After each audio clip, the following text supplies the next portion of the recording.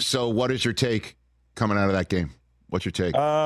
My big take is the Bills just were too banged up. I had the Chiefs in this one because I just thought with Benford, Bernard, Rapp, Puna Ford out, all the injuries that they've kind of dealt with all year, and then the 2-day rest difference, like that played out on the field. I thought in the first half they had a huge physicality advantage. They were running the football, and in the second half, Kansas City outgained them on the ground. And Kansas City outgained their running backs, I'm pretty sure, if you took Josh out of it. And I thought, what was interesting was, the Chiefs had not given up that many yards on the ground all season. And I think staying in those two high structures, making Josh earn it, was an intentional thing. And I think they knew they would bleed a lot of yardage on the ground. If you look back at Super Bowl 25, Rich, Bill Belichick, he's the coordinator for the New York Giants, and they're playing the K-gun offense with Thurman Thomas back there. Mm-hmm.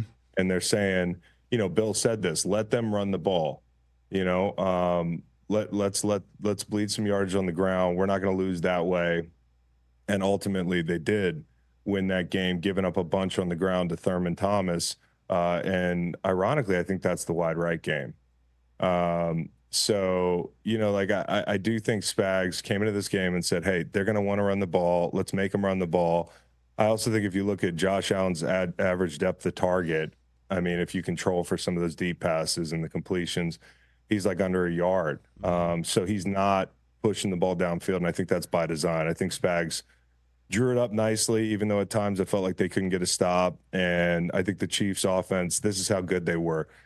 They didn't have any drives over 5 minutes. They got to third down 5 times. They had an explosive every time they scored a touchdown, and Buffalo didn't have the explosive. So the only blemish is 2 misses in the red zone for Patrick Mahomes early in the game, sending it to 10-6, and that kind of defined the way the game was played the rest of the way. But the missed opportunities, it's easy to look at the field goal and say, hey, it's Scott Norwood all over again. I think it was pretty warm and temperate in Tampa. This was a little bit of a nasty day. And so I feel bad for Tyler Bass, but not that bad. He's a kicker. You got to make your kicks.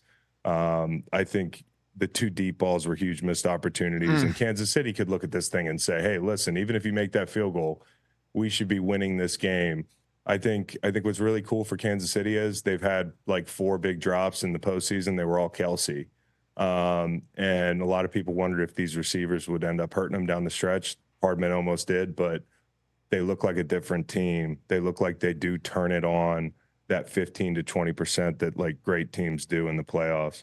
That's a perfect way to put it, Chris. Turning it on like the 15 to 20% like great teams do in the playoffs. That's it. I mean, and that's what you got to be thinking about with these Chiefs coming out with that win. That said, I was a little mystified, and you tell me, where the Bills kind of had the Chiefs right where they want them.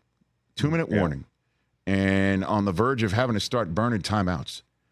And it's second and long, and, Allen tries to take that big shot.